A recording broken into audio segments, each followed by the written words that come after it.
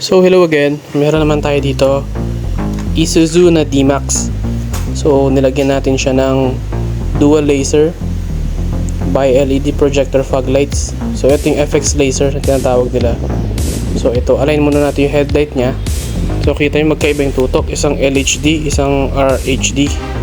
Tapos ito na siya nung na-install ka na yung both fog lights. So check natin. Yan siya pagka nakapatay yung ilaw. So kita nyo may dalawang bilog doon. So nandun yung laser nya. So yan, nakasabay sa high beam. So dun siya nakatap. Ayan. So ayan siya. Test lang natin. Mas malakas pa yung fog lights natin kaysa sa headlights. Tapos ito yung palatandaan, gumagana yung laser. May ilaw-ilaw sa baba sa ating floor.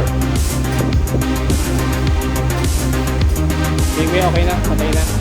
So aligned na yan parehas, fog lights saka headlights. Tapos palitan din natin LED bulbs, ang mga signals saka reverse light. So ito yung comparison ng stock na bulb saka yung LED. Dito rin sa harap, ganun din. Compare lang natin, mas maliwanag yung LED bulbs na nilagay. Sige, reverse natin.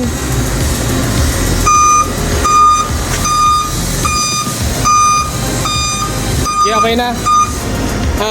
Signal left. Okay. Tapos kabila naman. Ayos.